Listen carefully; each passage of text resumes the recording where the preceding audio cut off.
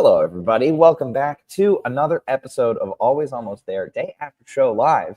I'm coming to you from Connecticut. I think I'm pronouncing that semi-correctly. In the great state of Washington. We are en route to Spokane here. Stop for a pit stop. Shout out to this lovely juice bar for letting me do the pod here. Man, I'm feeling great right now. We are. I'm 5 days into tour.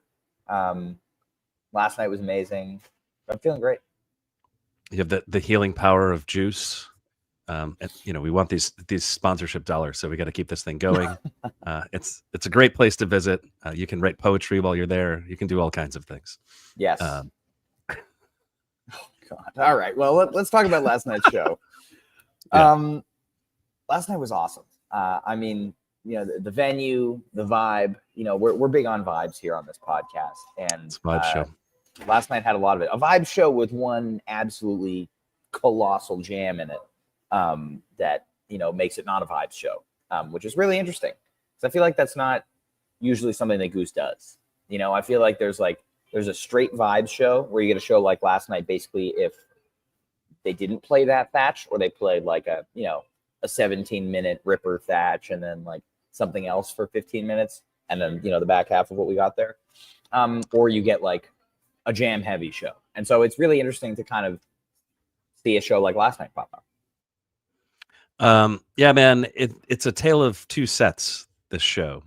We've got a lot to say about the first set. We've got a lot to say about the second set. Just very weird show all around, but I think front to back, when you really zoom out and look at it, this is an excellent show. There were some questions at a few points, like, what is this? Like, what's going to happen here? But so go ahead. Sorry. I was going to say, I don't know if it's a tale of two sets more than a tale of 80% of the show versus Thatch. Yeah, you can also say that. You have some stuff late first set too. Let's dive in. I just want to talk a little bit about this venue because this venue is incredible. I really want them to play 2 nights here next year.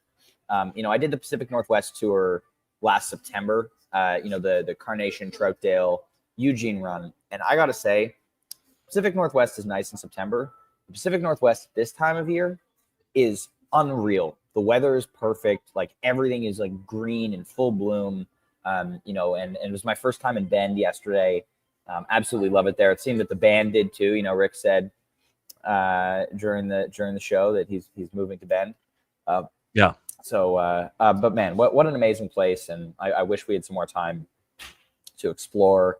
I do, the group of us, me, Avi, Garrett, Corey, Casey, and this other nice couple. We did the conscious pregame with Hannah and Kate, cacao ceremony in the afternoon yesterday. Again, just perfect weather. And it was a really nice way, because I know some of their pregames get like a lot bigger. Like I know their one in Fiddlers next week is like a lot of people. And so getting one where we're just like in a circle in a park, 7 of us, was really beautiful. So shout out to Hannah and Kate for doing that. That was a great pre-show experience. I still have not done the cacao pregame because I missed it in Mexico, and I've missed it a whole bunch of times. Missed it at Goose. Next time, not going to miss it. Wherever it may be, I'm going to find it and I'm going to go to it because it sounds pretty dope. There are a lot of people I know who are really, really into the whole ceremony aspect. Sounds it's good. Great. It's good. And it's funny, everyone's like setting all these beautiful intentions for the show. And I'm like, I hope they play big jams. I don't think that's what you're supposed to do, man. No, but it's what I did. It's what I did. All right. So let's talk about this show. Let's dive right in. First set, start off. I guess not really a 3-pack, but Your Direction, No California, Turbulence in the Night Race. Great way to get the show going. Your Direction, closer to its album arrangement again. I love this opening a show, especially when you have, the sun's still out, it's bright, everybody's still kind of in that late afternoon mode, as opposed to like, if it's an indoor show or, if it's already dark out. So yeah, great way to get started. No California, always a treat. People excited for that one. And then Turbulence, kind of an unusually long gap for this song.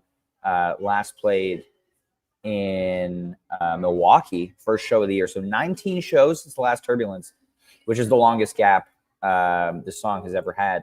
The next longest was 10, which has had a couple of times. So, but great way to start off the show. And again, I think I wrote about it in my review earlier that I think the band plays to the vibe of the show really well.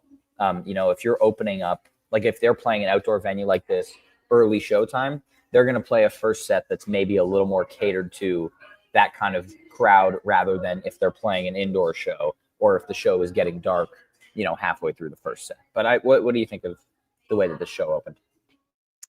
I mean, I like the way the show opened. I think a couple things I noticed right off the bat. The venue was large, and the amount of people at the venue was quite high. I don't know. Did they sell out last night? Do you know? No.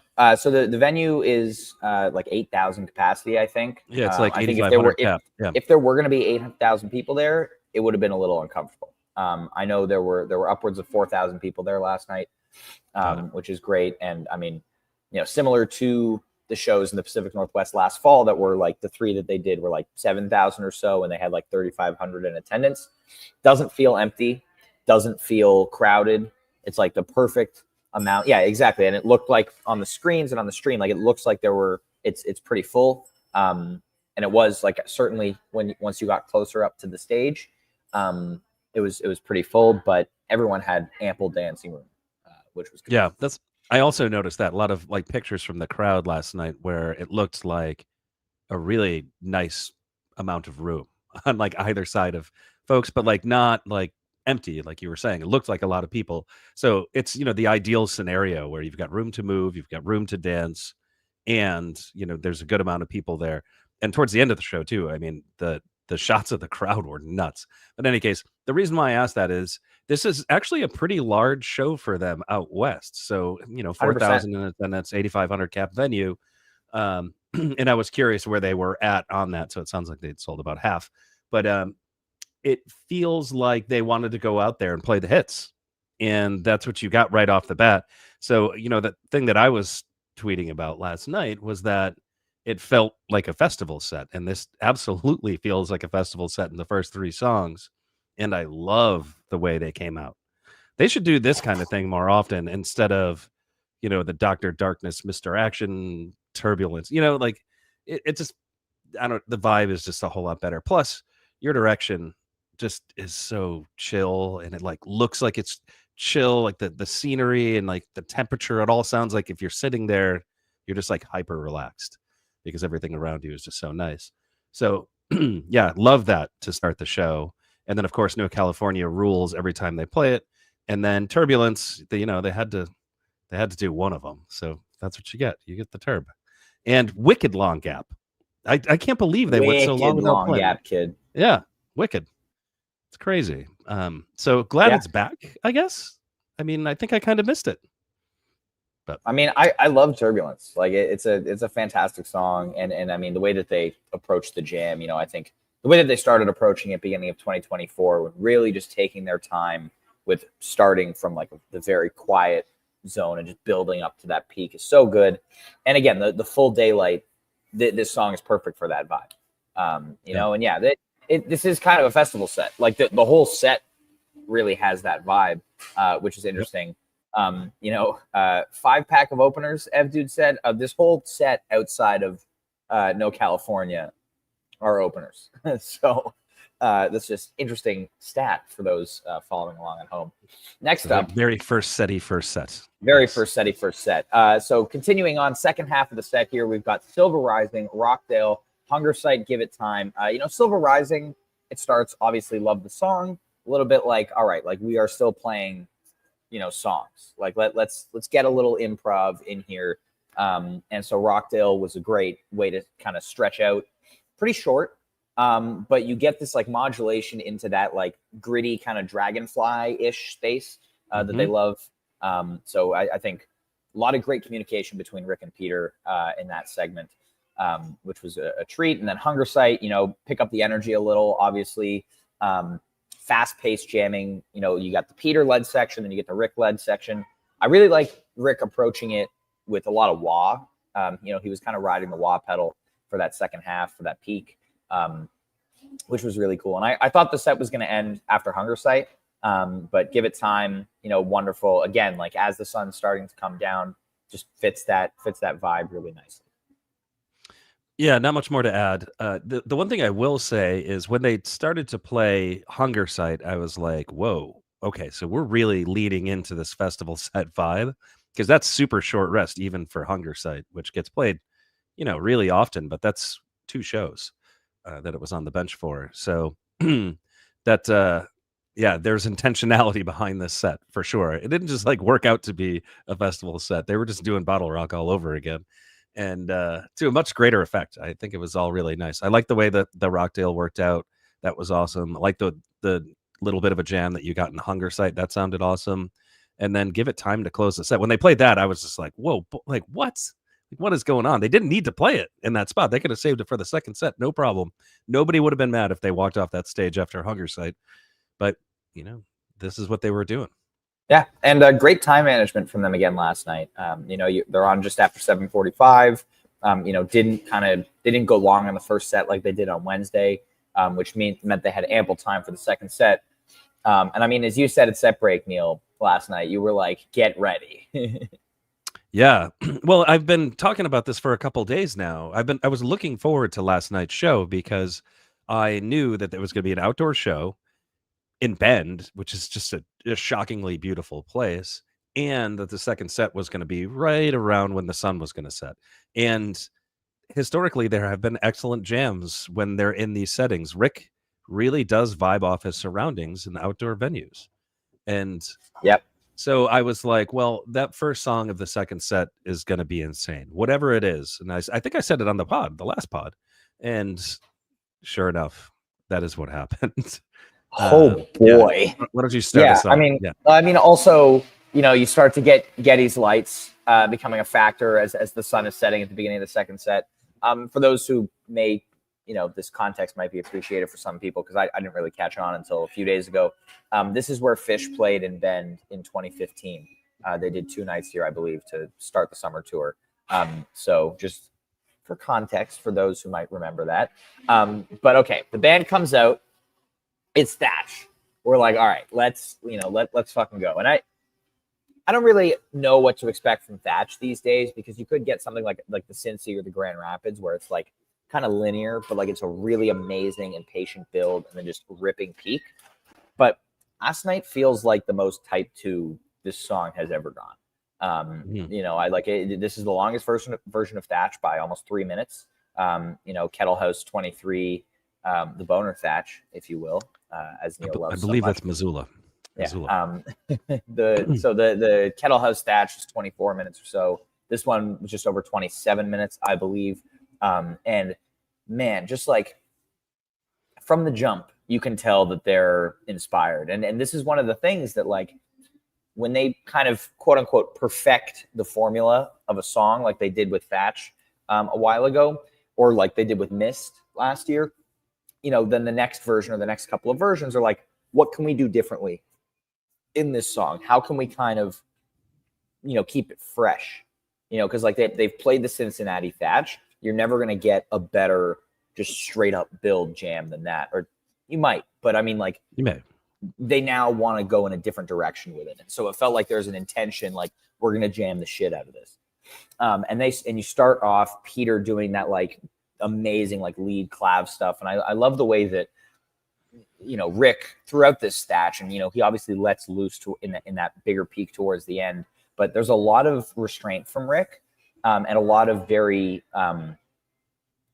more intention behind his notes. And he's like picking very carefully when he's going to play. Like even when he was in the lead in that initial kind of that first more upbeat peak section that developed, it was very deliberate the way that he was choosing his notes and his riffs. Like he wasn't just shredding a peak the way that he can and the way that he did later on.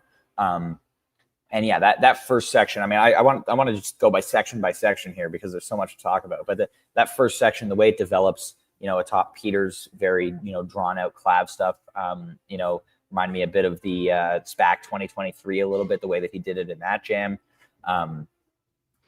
And yeah, that first peak was just like, okay, like we're going deep.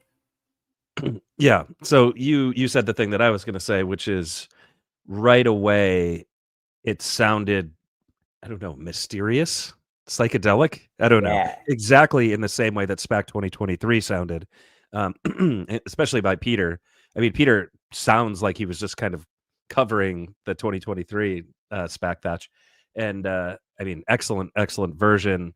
And cool that they revisited that vibe because it was perfect for that moment.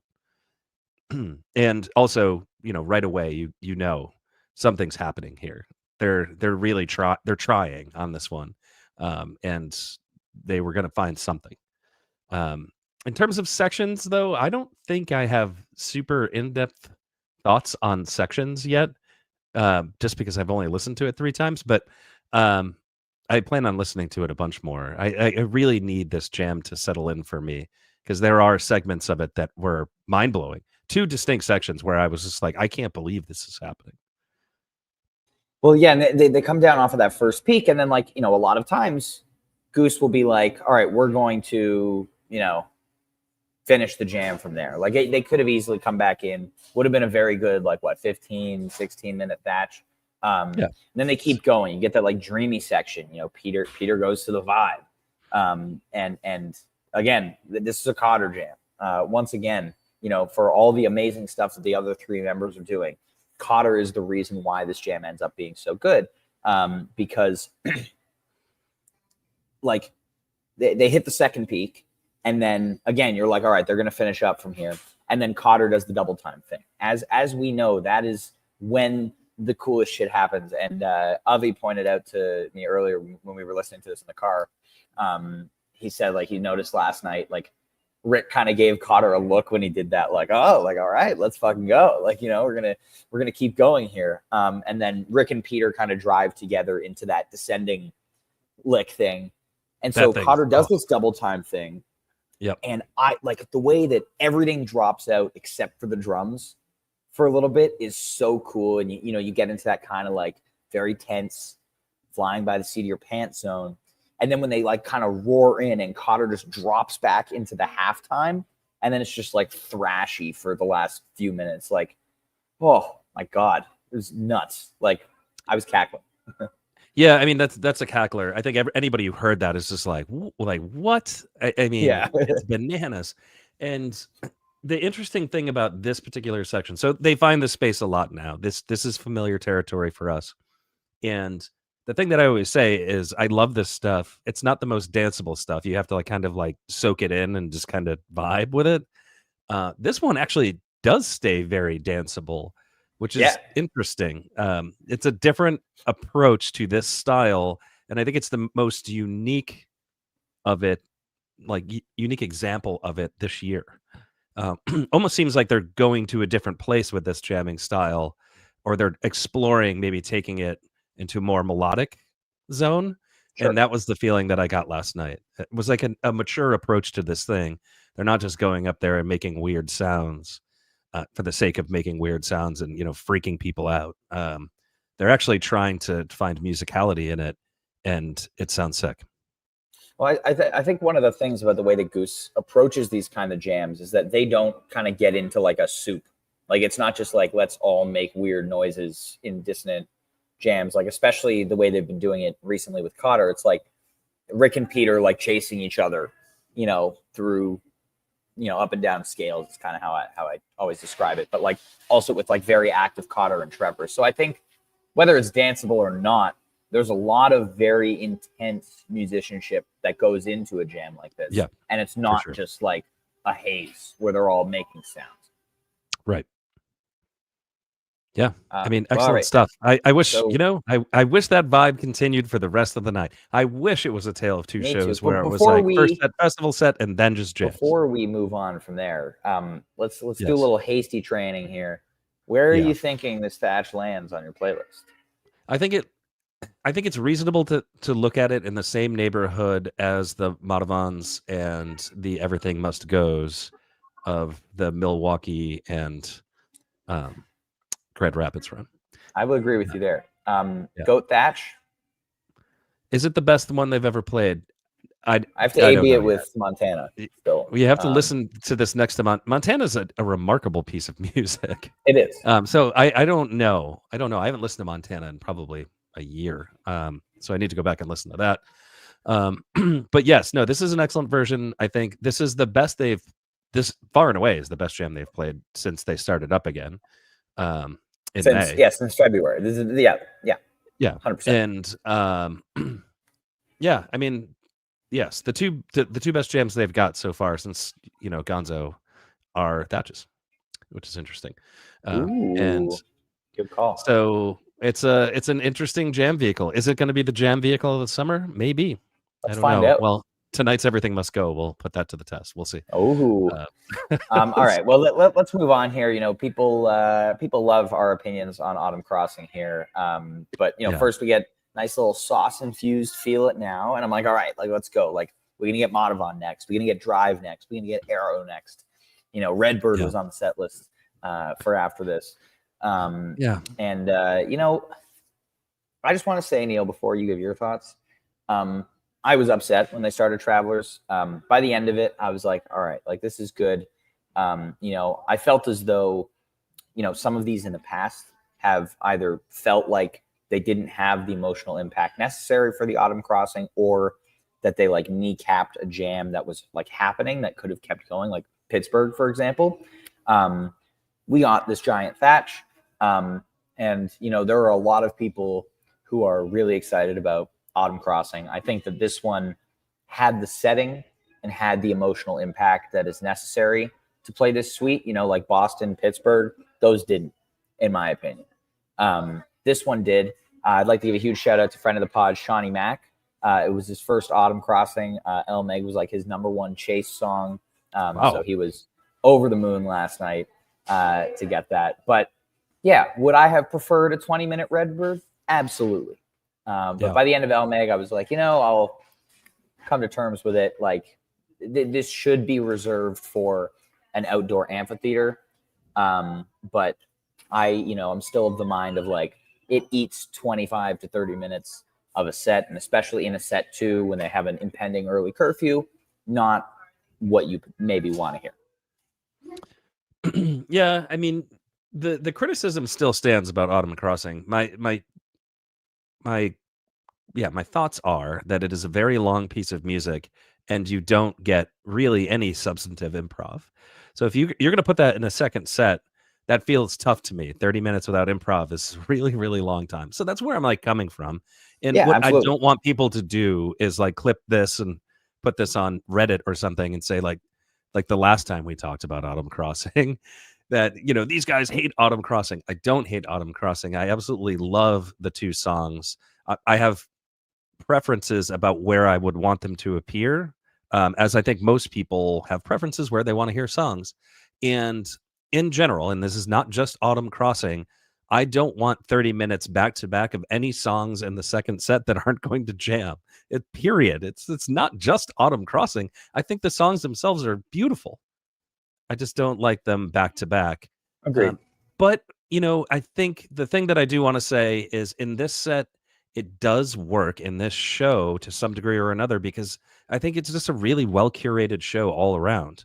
There's actually not anything bad about how this whole show shook out. It all looks really, really good. And in fact, you could press this thing on vinyl and it would be a great record to spin. And, maybe that was their approach. Maybe that was their thinking. I don't know. But it's neat the way this one flows. You get the very big jam, and then you get the Feel It Now, and then, you get this kind of really super awesome vibe.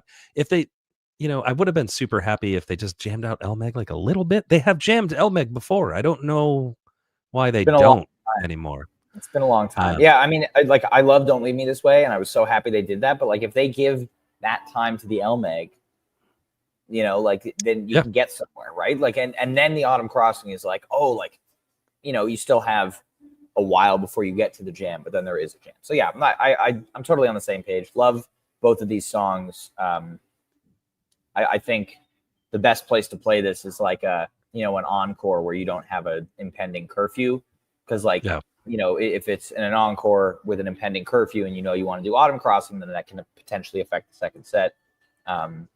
But I think Fiddler's still the perfect example of where to put this song. Yeah. So like just to pause on this for one last thought.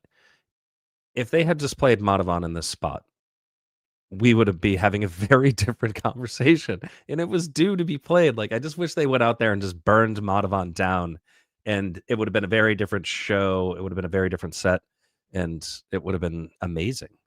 But that is not what went down. And again, I understand that everybody's looking for something different in these shows. There are people who are going to hear what we're saying right now and be like, "These guys are idiots." That's an amazing set, and I don't Hey, man. necessarily disagree. We are idiots. We are idiots. But you know what I'm saying? Like, I think there are plenty of people who are going to be super stoked on this. I definitely am not like looking down my nose at people who have that opinion. I get it. I totally get it. It's just not my vibe. That's all. That makes a lot of sense. Don't Leave Me This Way. Love that this is sticking around. This cover is awesome. Crowd went nuts for it. I mean, I don't have a ton to say about it beyond that, but I'm a huge fan.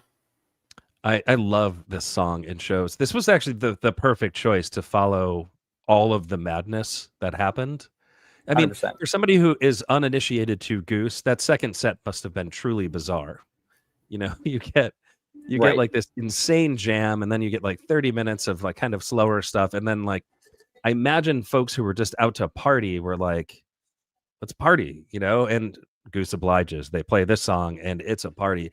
Like, you need to watch the stream, and just the crowd shots are nuts. The way people are throwing down like 10, 15 rows back is crazy. And they're going for that this year. They want people to dance.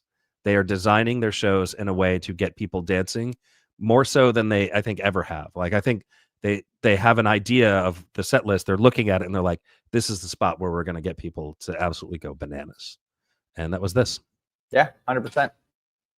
And then we get, encore that shit. Hot tea, quick little right before curfew, squeeze it in. Empress was on the set list. Obviously they didn't have time for that. But yeah, quick, nice little end to the show. Again, get people dancing. Yeah, not much more to say about it. I actually love Hot Tea in this role. For the longest time, there's a reason why encore that shit is a thing.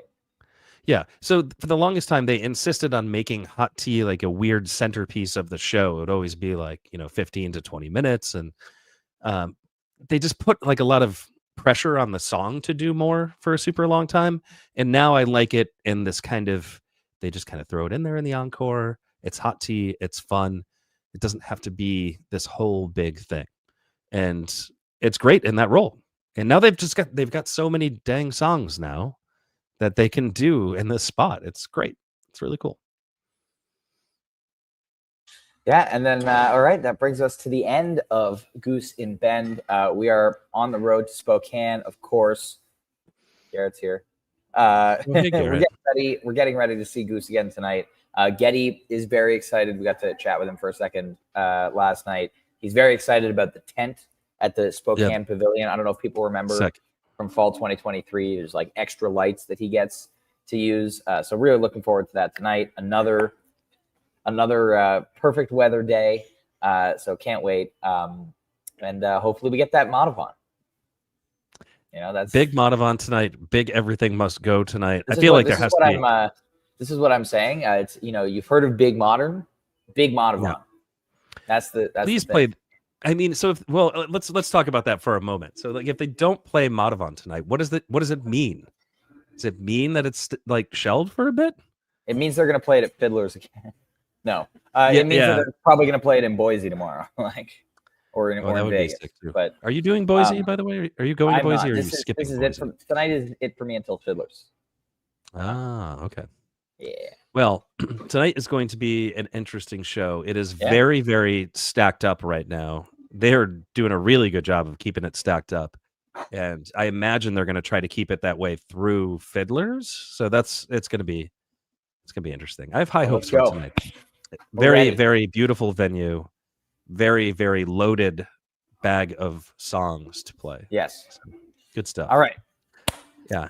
Remember, folks, if you get to the show early and you hear the sound check, oh my God, don't play the sound check songs on Fantasy Goose. Some people might have done it. Also, those people should show a lot of remorse. And you picked those songs before, you should change your picks, because Neil will accuse you of cheating if you get Yeah. points.